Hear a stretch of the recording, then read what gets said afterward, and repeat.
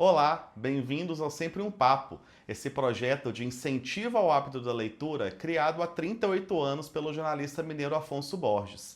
Essa edição do projeto é patrocinada pela CEMIG, pela Engea, com apoio do Itaú, via Lei Federal de Incentivo à Cultura, Lei Rouanet do Ministério da Cultura.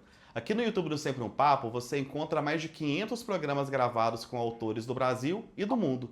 Eu te convido também a nos seguir em nossas redes sociais, Sempre um Papo, e conferir no site sempreumpapo.com.br toda a nossa programação.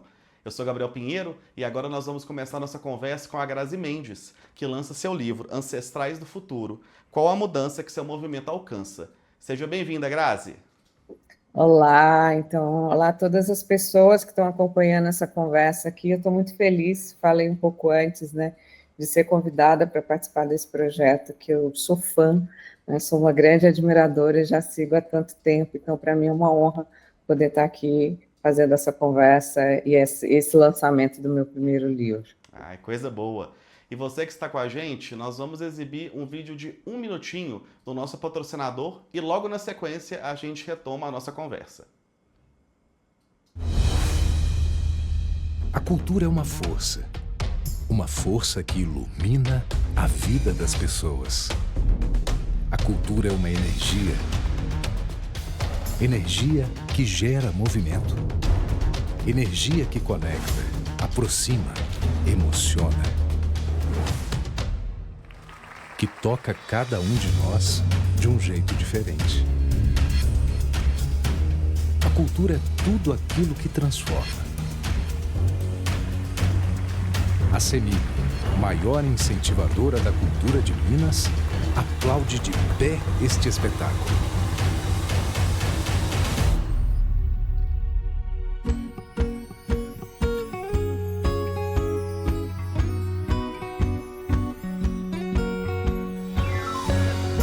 CEMIG, transformando vidas com a nossa energia.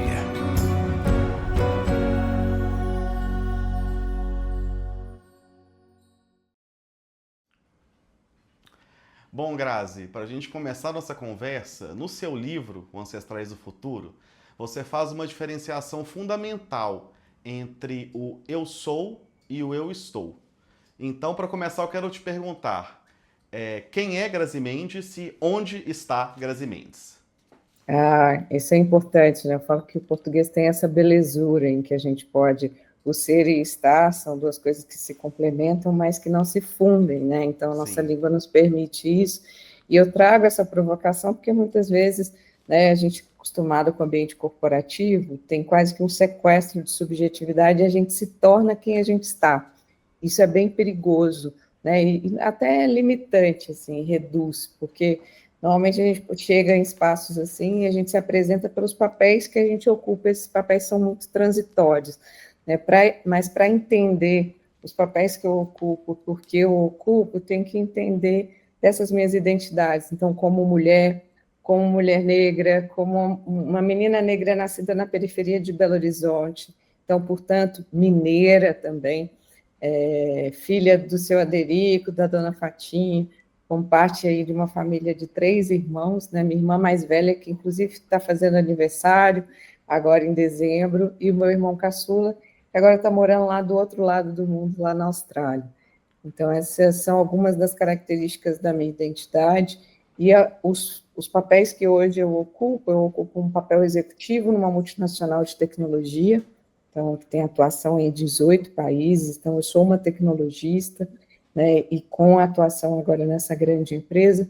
Sou também professora, que é o título mais bonito que eu tenho, que talvez transite nas questões de como eu me identifico também na minha identidade e desse lugar que eu ocupo. Então, a educação me salvou, né? Eu fui a primeira da minha família a entrar para a universidade, e eu acredito na educação como afeto, né? Educação, afeto como verbo.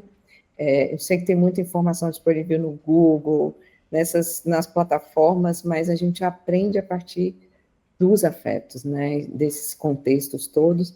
E tem um lugar, eu tenho uma amiga que ela diz que ativista é todo aquele que coloca esperança em movimento. Então, tem um lugar em mim que é um ativismo desde muito cedo, mas hoje eu sou cofundadora do Voa Papagaio, que é um projeto da inclusão da juventude periférica nas universidades, então tenho trabalho aqui na comunidade do Morro do Papagaio, e uma atuação muito forte também em movimentos em prol de equidade de gênero e raça no mercado formal de trabalho.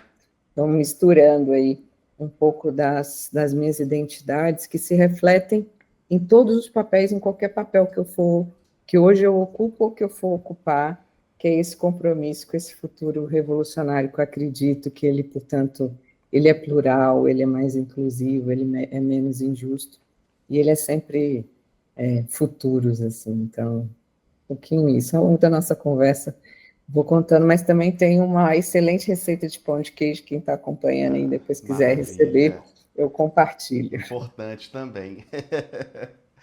Ô, Grazi, a leitura, ela é parte fundamental da sua vida desde a infância, né? Você conta no livro que foi presidenta do clube de leitura da sua escola aos 8 ou 9 anos. Quais que eram as leituras, as obras, os escritores que te marcaram, que te acompanhavam nesse período mesmo de descoberta de si, descoberta daquele mundo que te rodeava?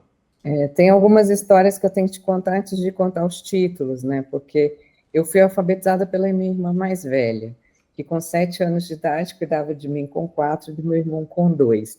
Então, o fato, né, de meus pais trabalhavam o dia inteiro, é uma situação muito comum nas principais famílias que a gente tem no Brasil, que são esses pais trabalhadores, né, que saem muito cedo, e as crianças, enfim, ou são cuidadas ali pela própria comunidade ou se organizam.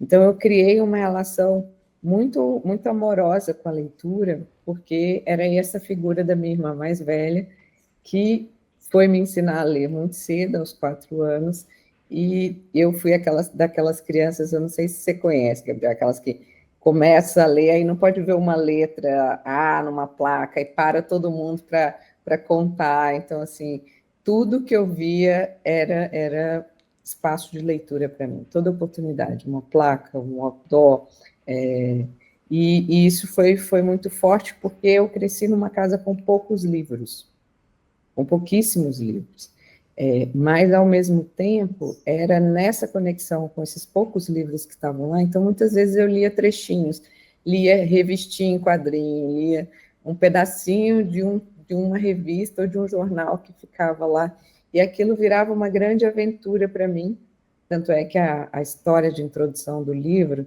é essa imagem, talvez uma das imagens mais antigas e mais fortes que eu tenho na memória da minha infância, que era eu lendo debaixo da mesa. E meus pais me procurando e tudo, eu estava sempre ali embaixo da mesa lendo. E era um abrigo, o abrigo tanto naquele espaço, porque a realidade à minha volta era uma realidade de muita escassez, né, de muita ausência, de muita falta, mas era ali, debaixo daquela mesa, né, aquela menininha magrelinha, a pequena Grazi, com aquele cabelo black ferrugem que iluminava ali com a luz do sol, e com aquelas histórias que eu construía um universo particular ali, o Fantástico Mundo de Grazi. Então, eu tinha ganhado alguns livros, me lembro nitidamente de uma coleção de Monteiro Lobato, no momento que a gente ainda também não problematizava alguns textos ali, mas aquela coleção bonita, amarela, que tinha aqueles livros assim, eu ganhei alguns exemplares e ficava ali por horas, né, naquelas histórias, naquelas leituras, tanto é que o clube de leitura, ele foi criado porque ao chegar na escola pública de BH tinham poucos livros, e para mim livro deveria ser parte da cesta básica, porque esses livros me salvaram, me faziam com que eu pudesse me conectar com possibilidades, com outras histórias, não me deixava ficar tão preocupada com quando e se a gente ia se alimentar. Então, o livro tinha que estar disponível para todo mundo. E ao chegar lá, tinham poucos, a diretora tinha um projeto, que era esse projeto do Clube de Leitura, como uma forma de arrecadar mais livros para a escola também. Então, meu primeiro papel de liderança foi esse, e muito conectado com essa relação com os livros e com as histórias. Então, tinha a coleção Vagalume, era uma coleção cheia das histórias, assim, E essa coleção fez muito parte da minha infância, da minha adolescência também. Então, com muitas e boas histórias para ilustrar e permear essa imaginação, né, dessas outras possibilidades. Embaixo da mesa, ou em contato com os livros, eu me via potente, bonita, fazendo muitas coisas, mesmo que a realidade que estava à minha volta, essa não era a mensagem que era dada. Você falou da coleção Vagalume. Acho que talvez uma das minhas memórias mais antigas de livro e de biblioteca era justamente a coleção Vagalume. Eu lembro até o livro, foi O Escaravelho do Diabo, que Caravelho do sempre Diabo. foi um grande favorito. E quando eu fui reler há alguns anos, acho que toda aquela sensação ela permaneceu, assim, foi gostoso voltar para aquela história que foi tão importante, sabe? E eu acho que esse Escaravelho do Diabo, ele causava também um certo estranhamento no título, né? Sim, A gente quando era um pouco criança, ficava meio com assustador, medo. assim. Essas histórias se conectam mesmo. E uma coisa que eu acho, entrando também mais um pouco no seu livro, que eu acho super, super interessante, eu queria te ouvir falar sobre um pouco sobre esses autores, é como que autores teóricos, você traz teorias, você traz autores teóricos muito importantes, que te ajudam a formular mesmo o seu pensamento, a formular as suas ideias, as suas defesas ali, mas o seu livro ele também é permeado por autores da ficção, ele é permeado por poesia, ele é permeado por letras de música. Eu queria te ouvir eu queria te ouvir um pouco mais sobre essa literatura de ficção que te forma e que te acompanha hoje, assim. Eu lembro aqui muito da Conceição Evaristo, o Fernando Pessoa. É super interessante como que você vai trazendo diferentes autores da ficção para o seu texto também, junto com autores teóricos.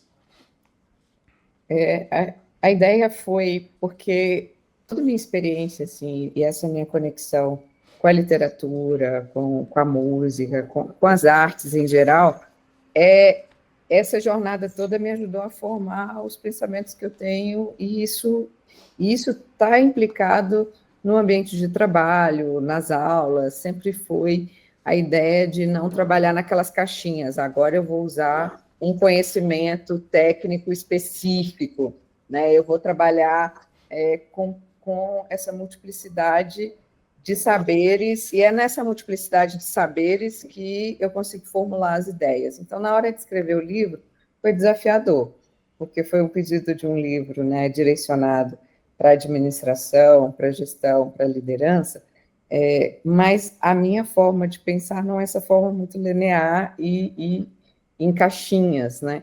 E foi muito gostoso poder trazer para o livro as histórias em primeira pessoa, associado com essas teorias que formaram, por exemplo, no mestrado, junto com referências que são referências muitas vezes ou são invisibilizadas ou não fazem parte do repertório quando a gente vai estudar as dinâmicas dentro dos ambientes de trabalho. Então, a intenção foi traduzir no livro muito do que é a minha biblioteca, né, e muito do que é o meu repertório, que parte dessa multiplicidade, né, de saberes, e nessa confluência, tanto é que o próprio título do livro causa um certo estranhamento, né, de ancestralidade com futuro. Para quem está na gestão, muitas vezes acostumado com uma noção de tempo mais linear, passado, presente e futuro, pode causar esse estranhamento, mas a ideia é a gente trabalhar com essa sobreposição, né, e essa interconexão entre diferentes saberes. E um público muito certo, né, para o seu livro, assim, um público para o qual ele se direciona de maneira muito clara, é esse público, um público da liderança, né? Acho que ele é importante, ele visa uma construção de uma liderança mais humanizada, o que eu acho um gesto super importante na sua escrita. E você comentou agora há pouco que seu primeiro papel de liderança estava lá aos seus 8 ou 9 anos enquanto presidenta do clube de leitura. O que a Grazi pequena, a Grazi daquela idade, ainda ensina para a Grazi que escreveu o seu primeiro livro? Olha, essa pergunta mexe comigo em vários lugares, até porque a gente está chegando agora, né, nesse momento de fazer as reflexões sobre o ano, como foi esse processo. E eu também estou passando por um momento que é o momento mais desafiador da minha vida, que é a jornada de cura de um câncer agressivo, né? E foi exatamente nesse exercício de voltar, né, que é o Sankofa, né? Voltar lá na pequena Grazi, debaixo da mesa, e tentar entender com o que ela sonhava, como que ela via o mundo, o que ela acreditava, que me mostrou que, por exemplo, eu recebi um prêmio internacional agora, conectada com o futurismo, e uma das entrevistas para um veículo de comunicação internacional, ele me fez essa pergunta: quando é que você começou seus estudos de futuro, essa conexão? E aí eu falei: olha, né, no mestrado tem um conceito chamado imaginação radical, que é um conceito importantíssimo para os estudos de futuro, que é essa capacidade de você ver as coisas, a vida, não como elas são, mas como elas podem ser. E a pequena Grazi embaixo da mesa, sem saber que tinha esse termo especificamente, ali eu desenvolvi essa imaginação radical. A minha conexão com o futuro nunca foi na ideia de previsibilidade, o que vai acontecer, mas sempre naquele lugar, o que pode acontecer para que essa realidade seja melhor do que que o futuro seja melhor do que a realidade que está imposta.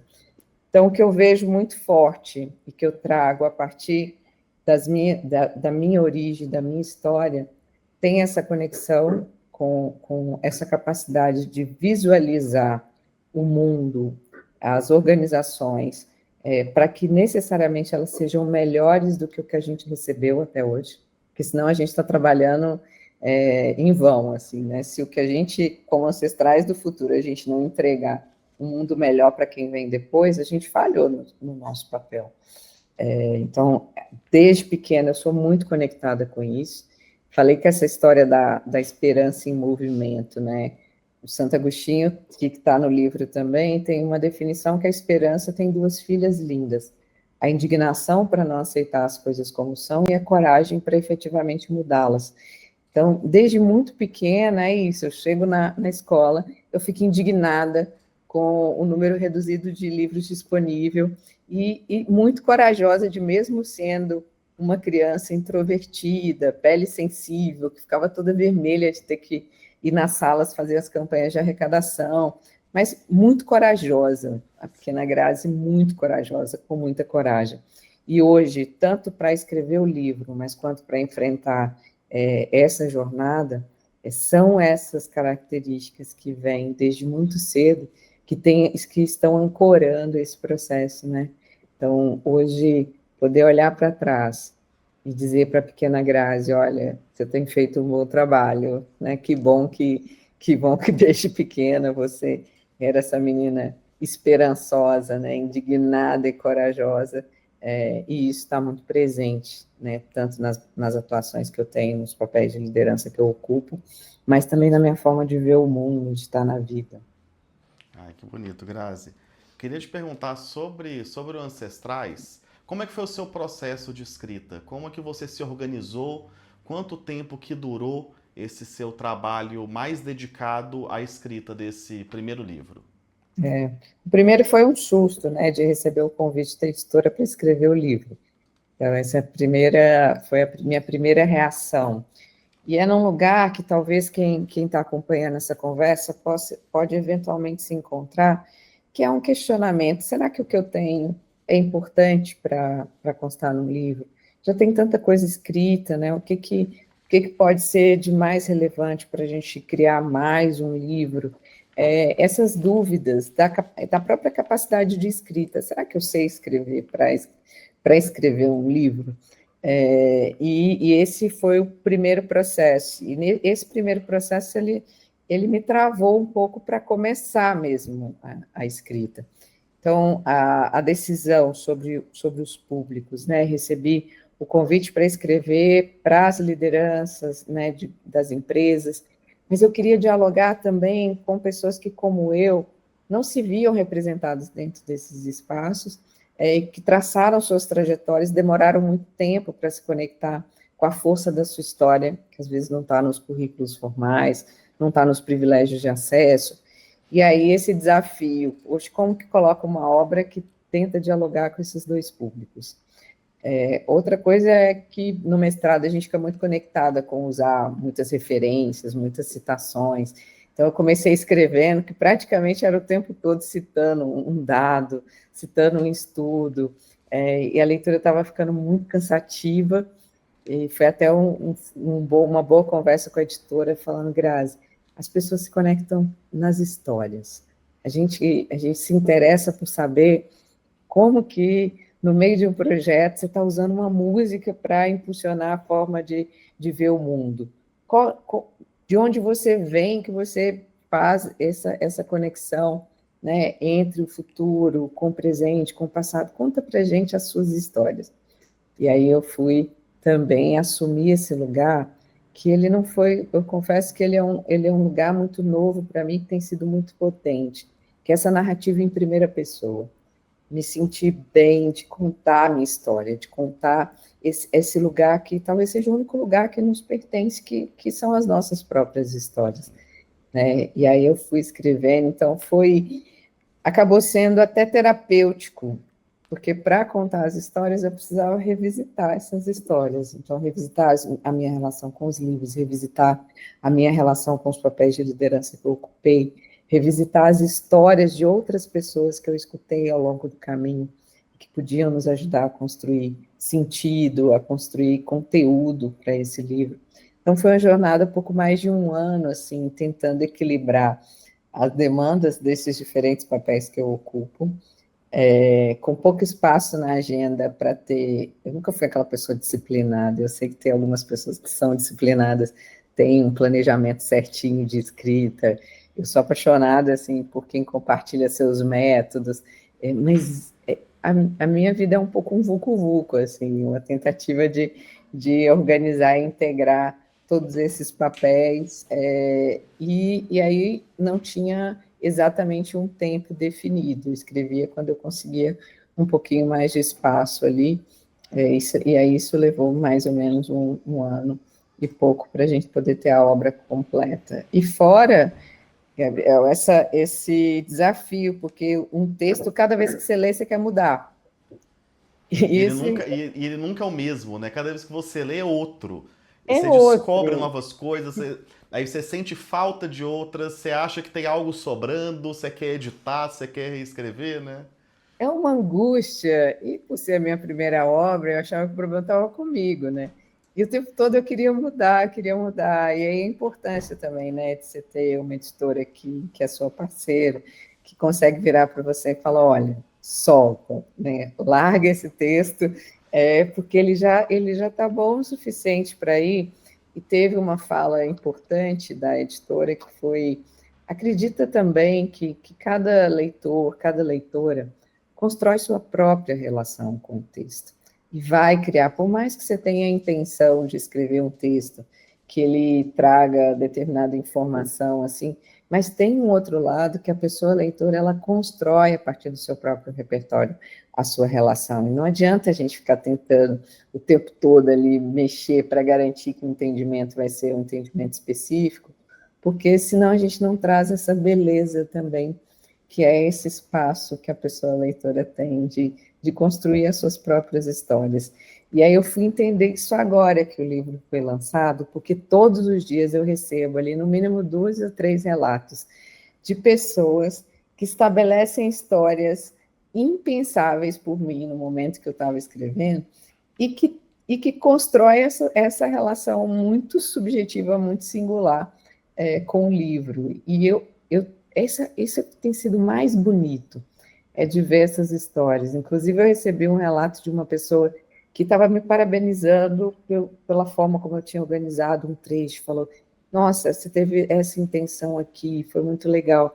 E eu me surpreendi, porque eu não tive a intenção, assim, mas para aquela pessoa, isso foi dessa forma, né? Então, é bonito ver que, por mais que você olhe para um texto e você tenha sempre esse sentimento de está faltando uma coisa, eu podia mexer um pouco aqui, eu podia refazer uma busca, né, para que tenha um texto. O que é o texto perfeito? Acho que essa é a pergunta ficar. O que é um texto perfeito, né? que é um texto que ele é exatamente bom o suficiente, porque ele vai abrir espaço para críticas, ele vai abrir espaço para complementação, ele vai abrir espaço para a criação das histórias individuais com aquele trecho. Eu estou ainda aprendendo, né? Eu falo que eu sou filhote aí dentro desse processo da escrita, mas estou muito feliz com esses aprendizados, né? A partir do Ancestrais do Futuro. E deve ser um processo interessante, né? Porque um leitor, ele chega e te mostra algo que você escreveu e que você não sabe, que você não sabia que você tinha escrito, tá? Pela interpretação dele, você escreveu algo que você, inclusive, você não sabia, né? Porque é a leitura, o texto vira um texto do leitor também ali, né? E nessa criação de conexões, assim, um novo texto surge, muitas vezes completamente diferente daquilo que você tinha imaginado, né? Exatamente. E fora as relações emocionais, né? Eu recebi um relato essa semana que é de uma jovem que falou: olha, eu não estou conseguindo continuar a ler, porque nessa história aqui me lembrou muito meu avô. E aí eu estou refazendo toda a minha trajetória, coisas que eu descobri sobre mim mesma, a partir dessa minha busca por entender essa relação com meu avô. Olha que bonito isso, assim, né? E ela ali me contando de por que ela não tinha terminado de ler o livro. E uma pessoa que a nossa conexão foi pelo livro, né? Assim, ela chegou, né, mandou uma mensagem em uma das redes, contando essa história, mas já se sentindo próxima. E ela falou: olha, você não me conhece, mas pelo livro eu já estou me sentindo próxima a você. Eu quero te contar que a leitura está travada aqui nesse trecho por causa da relação dessa história com meu avô. Então, é muito bonito, é muito potente, né, o papel da literatura, e onde como aquilo que a gente escreve, a gente nunca sabe exatamente qual é o impacto que vai ter para as outras pessoas, e a gente se surpreende com esses lugares em que a nossa escrita pode chegar. Sim. Grazi, a gente pensa muitas vezes na ancestralidade como esse lugar do passado, né? Esse olhar para o passado. Eu acho que uma sacada muito importante do seu livro é olhar para a ancestralidade tanto como um potencial, uma potência de transformação de um presente imediato, quanto na potência de construção e de reescritura de um futuro. Eu queria te ouvir falar sobre como que essa noção da ancestralidade, como é que ela se torna esse elemento tão importante, acho que não só para a construção, para a escritura do seu livro, mas acho que para a construção da sua carreira, pela sua construção nesse papel de liderança que você construiu ao longo de anos, assim, como que essa noção da ancestralidade ela se torna tão fundamental para o seu trabalho. Tá, tem esse rompimento, né, dentro dessas gramáticas dos tempos, tem esse rompimento nessa ideia do tempo e da temporalidade como essa questão mais linear, e aí a gente pode entender que passado, presente e futuro ocupam e podem ocupar essa mesma dimensão no espaço, que é tudo que a gente tem disponível hoje foi construído por quem veio antes de nós. Então, reconhecer que somos continuidade, reconhecer que a nós foi entregue o legado, né? A gente tem disponível, as coisas que estão disponíveis hoje, né, são frutos de lutas coletivas, de empenhos individuais também. Ter o entendimento disso nos coloca também, nos posiciona de uma forma mais consciente no tempo. A gente ocupa um lugar no tempo, na história agora, em que a gente recebeu aquilo que foi construído antes de nós, a gente tem o nosso papel de honrar esse legado, de corrigir os erros, né, que a gente aprendeu com o passado. Então, o passado numa dimensão de tutoria, né, o passado tutor, que vai nos ajudar a trabalhar essa lente desses presentes invisibilizados ou presentes invisíveis, que aí eu faço o que você chamou, né? Eu consigo me reorganizar nesse presente para que eu possa projetar futuros melhores. Então, a ideia da ancestralidade do futuro é fazer essa junção, né, e nos coloca como agentes nesse tempo e corresponsáveis por construir, por criar soluções, por garantir proteção, por resgatar saberes, né, resgatar saberes. Recentemente, eu estava com o Ailton Krenak, que é muito citado no meu livro também, né, que escreveu O Futuro é Ancestral, e que traz essa ideia de que muitos dos problemas que a gente lida hoje no nosso tempo são problemas multifacetados, a gente consegue encontrar em soluções e em saberes, né, muito antigos, soluções para a gente poder implementar, né, e a gente consegue ressignificar o nosso olhar para o presente. Os Krenaks, por exemplo, têm uma expressão que é que a gente precisa aprender a pisar suave na terra.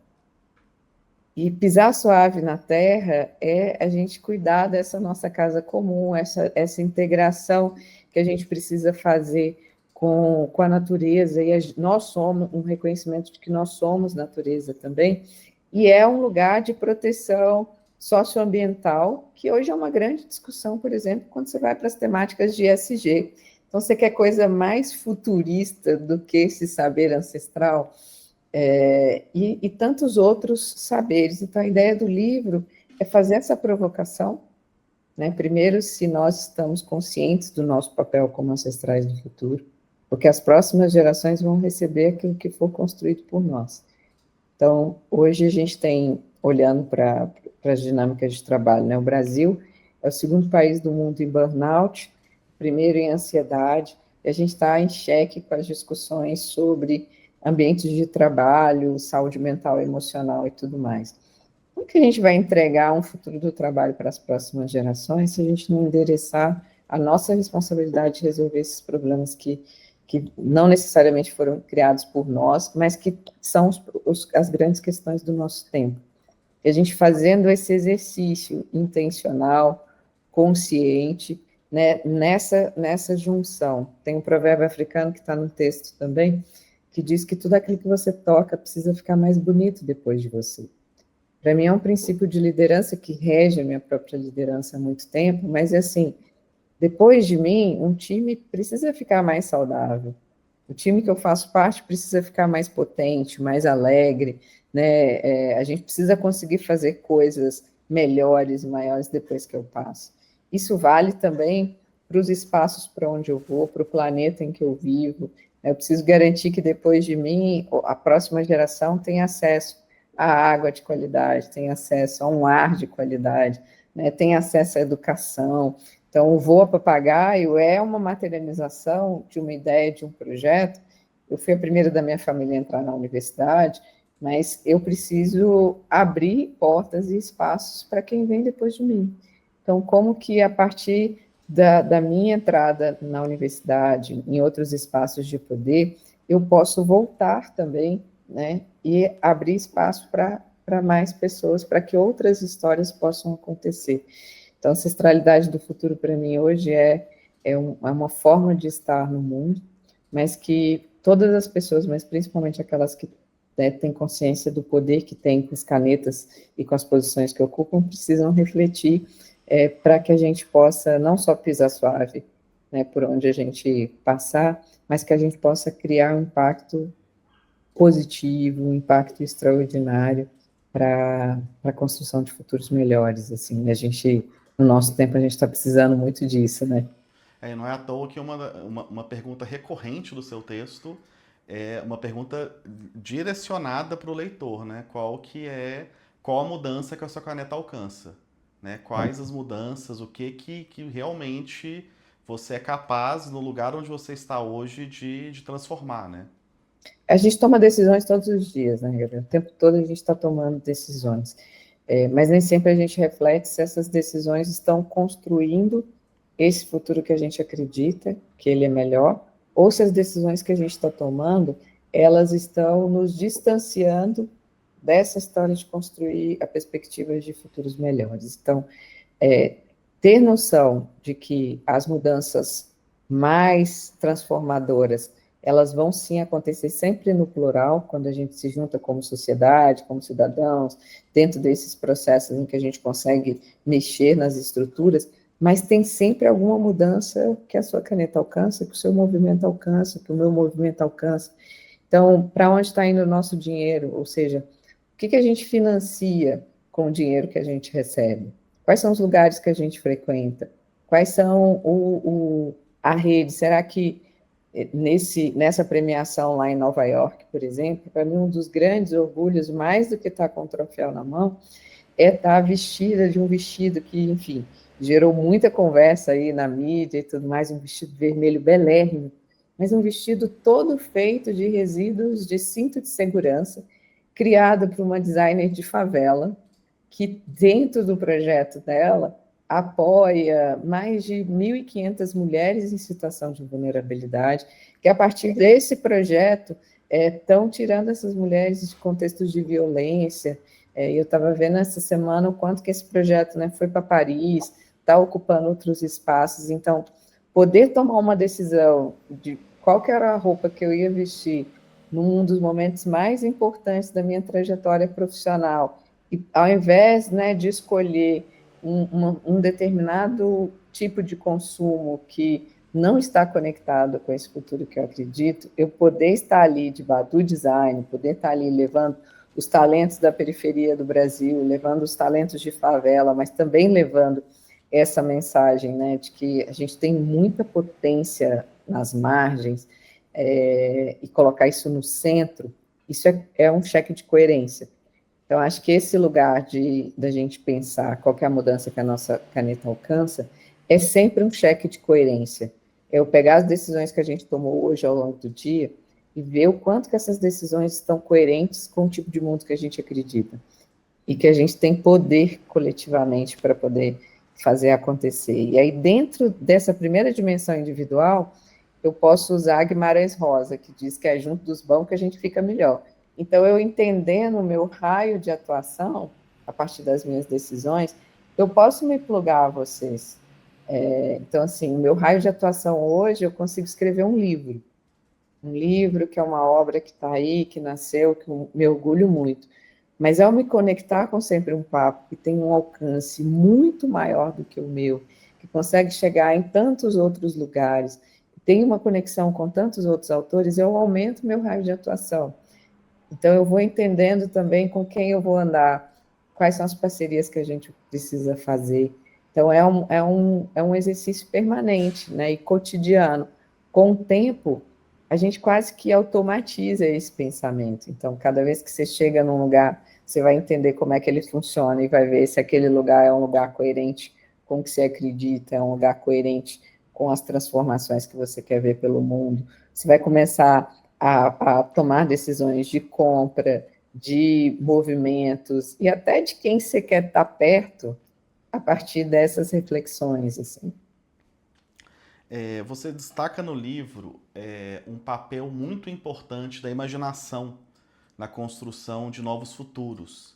Né? Você até comentou há pouco tempo, agora na nossa conversa, sobre esse conceito da imaginação radical, né? Que foi muito importante durante o seu mestrado. Aí, lendo o seu livro, essa ideia da imaginação, né, conectando ela com a literatura, ela me fez pensar muito na literatura também, na ficção, tanto na escrita quanto na leitura da ficção, como esse potencial de imaginação fundamental assim, para a gente pensar novos futuros e justo no presente da leitura a gente já conseguir trazer talvez esses novos futuros um pouco mais perto da gente, né? Eu queria te ouvir falar sobre isso, se você vê essa relação entre a imaginação e a ficção e entre esses autores de ficção que conseguem imaginar novos mundos possíveis, novas realidades possíveis. A palavra do ano escolhida para 2024, que seria numa tradução em português, que é quase que um apodrecimento do cérebro, né, aquele brain rot, esse termo. E traz para a gente isso, assim, o quanto que a gente está vivendo uma crise de imaginação. Esse consumo de conteúdos, né, de uma forma pouco aprofundada, muitas referências de distopia, né? Muita distopia ocupando o nosso cotidiano. Isso, a gente com uma dificuldade de ter uma boa qualidade de sono, isso tudo interfere também na nossa capacidade de imaginar e de potencializar essa que é uma capacidade humana, né, que desafia os limites do conhecimento, os limites da realidade, porque é na imaginação que a gente faz esses exercícios de possibilidades, né? E isso nos coloca nesse contexto que existe uma crise de imaginação, a necessidade da gente resgatar utopias, resgatar a visão de um mundo possível, de um mundo sonhado, e, portanto, de um mundo imaginado, para nos dar algum tipo de referência de encontrar saídas para os desafios contemporâneos que a gente tem. E a ficção, ela tem um papel muito importante, né? Porque, ao longo do tempo, é a ficção, eu não sei se, né, como a gente é um pouco contemporâneo ali, então, os Jacksons, por exemplo, e outros gibis de ficção científica, tudo que trazia essa ideia das novas tecnologias e dos desafios com os seres humanos. A gente tinha o Exterminador do Futuro, esse lugar de que o futuro ia ser essa briga entre homem e máquina, e aí a gente vai vendo muitas dessas ficções se tornarem realidade, porque isso permeia o imaginário coletivo. E ao permear esse imaginário coletivo, a gente vai trazendo isso para as coisas que a gente cria também, para as decisões que a gente toma. Então, se dentro desse imaginário coletivo, o futuro vai ser sempre essa visão distópica, sempre a visão de que eu vou ter um grupo pequeno, muito privilegiado, criando bunkers e rotas de fuga para Marte, enquanto a maior parte das pessoas luta por água, por alimento. Então, se são essas as visões de futuro que permeiam o nosso imaginário, a gente vai ter muita dificuldade de construir soluções e de tomar decisões, né, para criar outro tipo de mundo, assim, e outros tipos, né, de caminhos, outros caminhos possíveis. Então, a imaginação tem um papel crucial, essa imaginação é o ponto de partida para a inovação, é o ponto de partida para que a gente possa criar melhor e de uma forma que desafie os limites que estão colocados. Mas, para isso, a gente precisa investigar a nossa capacidade de imaginação, porque, infelizmente, a gente fala mais de imaginação para as crianças. E a nossa imaginação deveria ficar cada vez melhor ao longo do tempo, porque a imaginação também requer repertório. Então, quanto mais amplo o meu repertório, melhor eu fico. Ou eu tenho potencial de ser uma pessoa que tem uma capacidade de imaginação muito melhor. Só que a gente foi investindo muito nessa humanização das máquinas, e a gente não fez esse investimento tão grande nessas capacidades humanas, ou que seria, tomando a liberdade aqui de falar dessas tecnologias humanas, porque a imaginação é uma ferramenta para a criação de novos futuros. É na imaginação que eu consigo, a partir, né, desse desenho, dessa visualização de um futuro desejável e da narrativa desse futuro desejável que está aqui, mas eu consigo transmitir para você, e ao fazer isso a gente potencializa a chance dessa realidade acontecer. É um exercício que a gente deveria ficar melhor neles com o tempo, né? Eu falo que para trabalhar junto comigo, eu gosto de trabalhar com gente que é boa de imaginação, que é boa de sonho, né? Que cuida bem dos sonhos, que cuida bem da imaginação, que nutre a sua imaginação com um repertório que vai ajudá-la a ter essa imaginação radical, que é essa capacidade potente mesmo de ver as coisas e o mundo nesse lugar de que elas podem ser. E a gente tem, eu falo que eu acredito muito na nossa capacidade, a gente pode fazer mais e melhor do que aquilo que a gente está fazendo, mas infelizmente, assim, com essa crise de imaginação e com esse individualismo que muitas vezes permeia as nossas relações e as decisões que a gente toma, olhando para a gente ou para o futuro basicamente tentando cuidar de, vou garantir o melhor para mim aqui e para os meus que estão aqui nesse meu grupinho. Isso tem dificultado a imaginar outras possibilidades e, a partir disso, se juntar para fazer com que elas aconteçam. Então, tem pensadores aí que têm dito isso, né? Que uma das grandes dificuldades que a gente tem de construir futuros melhores é essa capacidade decrescente de imaginar outras possibilidades, né? Então, o livro também é um desafio à imaginação, um convite à imaginação. Um outro conceito central no seu livro é o Sankofa, que é esse ideograma africano, né, que é esse pássaro com a cabeça voltada para trás e o corpo voltado para frente. Eu queria te ouvir falar sobre essa ideia do Sankofa e sobre o método Sankofa que você discute no livro e apresenta para o leitor, e como que você leva ele para dentro para o seu trabalho de liderança, para dentro das empresas, né, para essa construção no ambiente de trabalho, na relação entre as pessoas. Sankofa como esse adinkra africano que faz exatamente essa conversa sobre temporalidade, né? E pode ser traduzido que nunca é tarde para voltar e apanhar o que ficou pelo caminho, para que a gente possa, ao olhar para o passado, ressignificar o presente e construir outras possibilidades de futuro.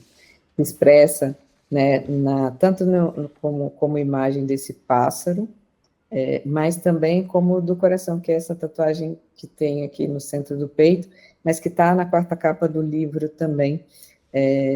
E aí, desse entendimento de Sankofa, essa forma de olhar e de perceber passado, presente e futuro, e como que a gente faz esse retorno para a ancestralidade, junto com esses saberes plurais, essa ideia da gente se conectar com quem veio antes de nós, com essa ideia de que nós somos continuidade, né? Então a gente não está começando as coisas agora, nós somos continuidades de muitas histórias que vieram antes de nós.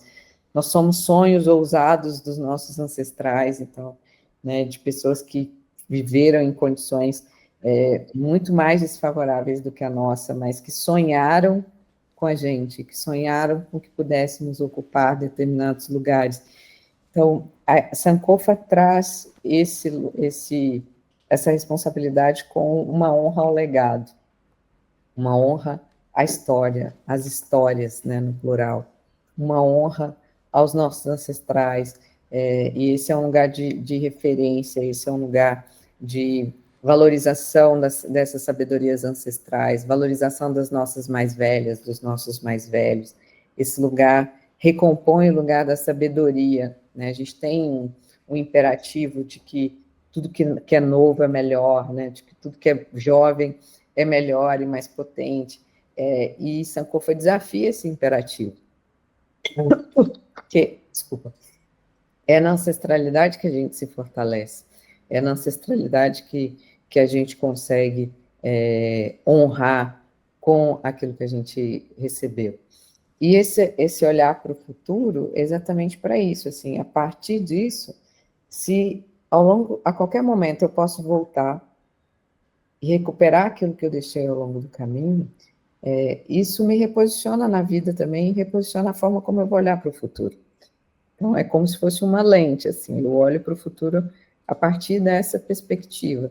E Sankofa é isso. Então, a possibilidade de usar esse conceito, você pode dizer a Grazi, mas é muito filosófico esse conceito, como é que isso se traduz no cotidiano, por exemplo, de um projeto? Eu, como professora de programas de desenvolvimento de lideranças, ao ser convidada para desenhar um módulo, né, sobre inovação, sobre liderança, a ideia de usar Sankofa, né, para esse módulo, então, ao invés de ir lá para o Vale do Silício, a gente foi para o Vale do Dendê, para poder recuperar essas histórias, ao invés de olhar para perfis de liderança só a partir daquele padrão que a gente está acostumado nos programas, que são todas as lideranças masculinas, brancas, do norte global, muitas vezes até de um mesmo lugar no mundo, assim, como é que a gente pode usar aqui a liberdade de desnortear um pouco as referências e a gente olhar para as grandes referências de liderança que estão à nossa volta? Então, a gente foi conversar, esse grupo de jovens lideranças que fez parte desse programa, a gente foi conversar com o vovô do Ilê, para poder entender o que é uma liderança transformadora que na década de 70 rompe uma série de barreiras e de conceitos e que traz para a gente uma história invisibilizada, mas que potencializa aquilo que a gente construiu nesse país. Então, a gente vai trazer as mulheres, as baianas de Acarajé, como as primeiras empreendedoras desse país, para a gente ver a nossa história, onde surge a nossa história empreendedora. Qual que é essa verdadeira história empreendedora, que não começa com jovens de startup, mas que vem muito antes, né, desse arranjo de mulheres que se organizavam para poder comprar o forrinho de outras pessoas, a partir da venda ali dos acarajés. Então, Sankofa nos desafia o tempo inteiro a gente olhar para a nossa história, a gente reconhecer as histórias que não foram contadas, ou as histórias que nos compõem, ao mesmo tempo, e que nos chama para construir essas outras histórias a partir do reconhecimento desses lugares. Então, por isso um framework, um modelo que a gente pode usar tanto na vida pessoal, porque você pode fazer essa busca da sua própria história, e ao reconhecer a sua história, o que esse cara velho do diabo mexia tanto com você lá, né? E o que a coleção Vagalume tem a ver com o seu papel hoje aqui, né? Com o Sempre o Papo, e com esse lugar. Sim. Então, isso pode ser um lugar de potencializar, de você se dar conta de que você chegou aqui a partir dessa história e não apesar dela, e que isso vai fazer com que você olhe para frente e vê se você está continuando esse lugar dessa história que você recebeu e que você, né, tem para levar para frente. E como que você está fazendo isso para as próximas gerações, como que você está conectando a paixão pela leitura. Enfim, a gente pode fazer isso nessa dimensão individual, mas a gente pode fazer isso também nessas decisões de impacto mais coletivo, de impacto organizacional, enfim, que a gente toma cotidianamente. E você encerra cada capítulo do livro com alguns exercícios de reflexão e exercícios até práticos mesmo, né? Você busca a escrita do seu leitor ali ao final de cada capítulo. Eu acho super interessante que tem um exercício que você pede para que nós criemos um manifesto pessoal, e em outro que eu acho genial, você pede para a gente escrever o nosso próprio obituário. E esse foi um que me pegou de uma maneira que, quando a gente... Essa ideia da escrita do próprio obituário, ela não, assim, parece uma ideia mórbida de início, mas ela é tudo menos mórbida, assim. Na verdade, é você conseguir imaginar, nesse momento do agora, o que você já deixou, e eu achei isso incrível. Esses exercícios, eles são...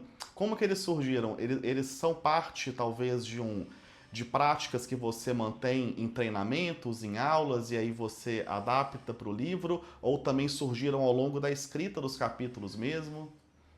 São algumas práticas pessoais, mas também surgiu de um incômodo, porque eu não queria escrever um livro que ditasse regras para as pessoas, ou um livro que trouxesse muitas respostas, já que cada contexto tem seus desafios, e eu queria trazer mais inquietações, e não tem nada mais potente do que uma boa pergunta, assim, que nos mobiliza, né, para esses exercícios e para respeitar esse lugar também dessa inteligência individual de você construir a sua própria reflexão e seu próprio caminho. E que o meu papel é compartilhar a minha experiência, e aí você vai filtrar e avaliar como que essa experiência se conecta com a sua, e a partir disso, o que você quer fazer. E tem essa coisa da professoral, né? Professora tem né? Tem esse lugar de querer instigar esse protagonismo, né, de quem está lendo ali. Então, eu queria que também cada pessoa leitora pudesse fazer o seu próprio exercício, às vezes mudar até as perguntas, construir ali as suas perguntas. Eu queria que os capítulos pudessem ser lidos também de uma forma independente, então, não é uma leitura linear, você pode pegar um capítulo, mas como que essa preocupação de construir sentido, esses exercícios têm um pouco desse papel dentro do design de aprendizagem, por exemplo. Como que eu vou construir sentido a partir daquele texto ali, para que a pessoa possa ver eu não vou usar nem a palavra utilidade, porque a gente tem essa mania, às vezes tudo tem que ser muito útil, né? E a literatura não tem esse papel de utilidade, né? Mas tem ali esses exercícios de reflexão, que esse exercício do obituário também foi um exercício que, quando eu fiz, mexeu muito comigo, e eu refaço ele muitas vezes, né? E faço esse processo. Então, a ideia era que, ao final de cada capítulo, eu deixasse ali algumas perguntas para que cada leitor, cada leitora construísse seu próprio sentido, mas pudesse usar uma ferramenta prática também, para ver como que esse conceito aqui pode valer para mim, nesse momento que eu estou, nesse contexto que eu estou. Então, a ideia foi essa, fico feliz que o retorno tem sido esse mesmo, e esse exercício do obituário, ele Esse é sem dúvida, é o que todo mundo gosta mais. muito Não sei se gosta interessante. ou se mexe Ele é mais. realmente muito interessante, assim, ele é surpreendente, ele é bem surpreendente. Ó, Grazi, a gente está chegando no finalzinho da conversa, mas tem uma última coisa que eu queria muito te ouvir falar sobre, que o Ancestrais do Futuro, ele deixa uma mensagem muito importante ali, e de certa forma você prova com dados e com a sua própria experiência, assim, como que empresas mais diversas, elas se transformam em ambientes muito mais empáticos, em ambientes muito mais criativos e diretamente conectado a isso em ambientes que podem alcançar muito mais lucro. Né? Então, assim, pensando na ideia da empresa, né, do que é importante para uma empresa, um ambiente mais diverso de ideias e diverso das mais né, diversas formas mesmo, é algo completamente positivo para uma empresa. Por que que ainda é preciso tanta luta e tanta discussão para que as empresas se tornem ambientes mais diversos, assim? Porque não é confortável. É desafiador você conviver em ambientes mais diversos. Então, algumas pesquisas mostram que, por exemplo, ambientes mais homogêneos, sabe aqueles ambientes que às vezes você vai na empresa e parece que se encontra a mesma pessoa várias vezes, parece mais uma reunião de família do que um time, né? Também a similaridade, as pessoas têm o mesmo corte de cabelo, a mesma aparência, mesma altura, vêm das mesmas realidades, porque no ser humano ele se conforta na homogeneidade. Sabe, você chegar numa sala, esse é um exercício que eu faço com os meus alunos, né? Eu falo, olha, chega aqui para esse grupo inteiro e fala, eu tive uma boa ideia, e quando esse grupo rapidamente te aplaude, você se sente bem, né? Você se sente um alecrim dourado que nasceu no campo sem ser semeado. Então, existe uma produção de conforto, de autoestima em ambientes homogêneos que reforça essa ideia da homogeneidade. Mas se a gente se conforta na homogeneidade, a gente só aprende na diversidade.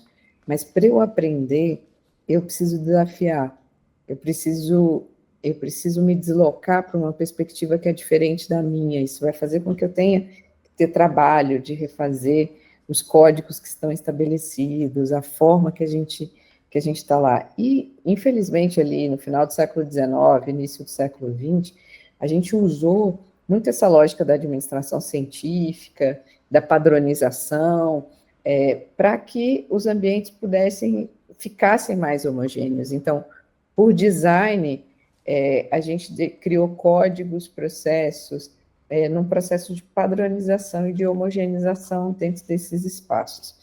E pior, porque a conversa sobre diversidade não é uma conversa sobre as diferenças, que é o que a gente está falando. Quando a gente pode celebrar e valorizar as diferenças, a gente tem potencial de ampliar os nossos conhecimentos, a nossa visão de mundo. A conversa sobre diversidade e as organizações é uma conversa sobre dinâmica de poder. Quem pode, quem não pode ocupar uma determinada posição, tomar uma determinada decisão. E aí a gente tem, por padrão, um grupo, né, que está historicamente ocupando essas posições, que se sente muito ameaçado com o ambiente mais diverso.